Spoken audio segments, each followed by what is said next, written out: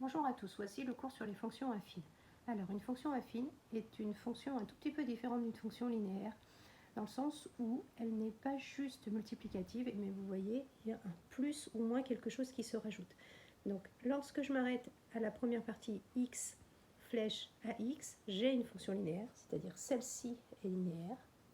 Lorsque j'étends avec le plus b, elle est affine.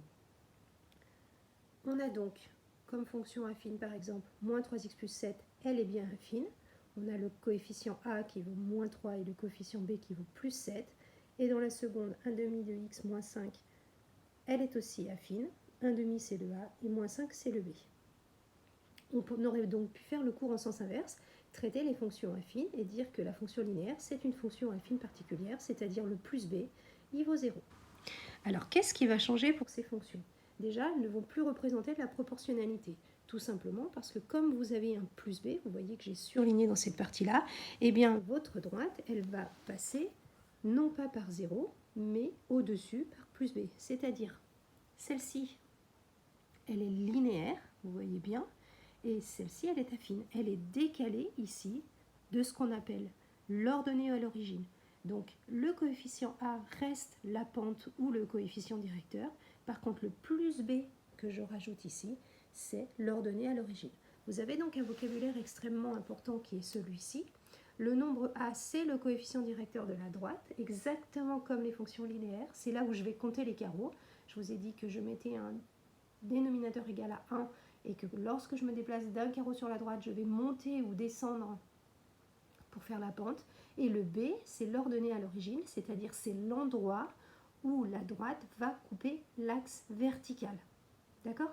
Alors, voici le premier exemple. Vous voyez donc la fonction 2x moins 3. Donc 2x moins 3, le moins 3, c'est le B. Ça veut dire que la droite, elle coupe l'axe vertical à moins 3. Une autre façon de l'expliquer, si vous remplacez x par 0 dans le calcul, ça va faire 2 fois 0 moins 3, ça fait moins 3. Elle passe donc par le point de coordonnées à 0 moins 3. Vous avez ainsi ici l'ordonnée à l'origine qui est notée. Ensuite, comment je fais ? J'ai un coefficient directeur qui est égal à 2. Comme je vous l'ai dit, on rajoute un 1 dessous pour pouvoir l'avoir en fraction. Donc à chaque fois, je vais me déplacer de 1 vers la droite, je monte de 2, 1 vers la droite, je monte de 2, etc. L'exemple numéro 2, vous avez ici la fonction g qui à x associe 4. Elle n'a pas de coefficient directeur. Donc si elle n'a pas de coefficient directeur, c'est qu'elle est plate, c'est quelque chose qui est constant. L'ordonnée à l'origine, c'est 4, donc elle passe à la position 4 sur l'axe des ordonnées. Je fais donc quelque chose de parallèle à l'axe des abscisses.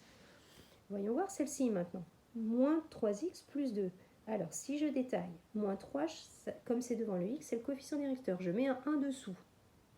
Ça va me donner ma pente. Et le plus 2, c'est mon ordonnée à l'origine. Donc, plus 2, elle passe donc ici, elle part donc de 2. Ensuite, moins 3 et 1, ça veut dire quand je me déplace de 1, elle descend de 3. Quand je me déplace de 1, elle descend de 3, etc. J'espère que vous avez compris la différence entre la fonction linéaire et la fonction affine.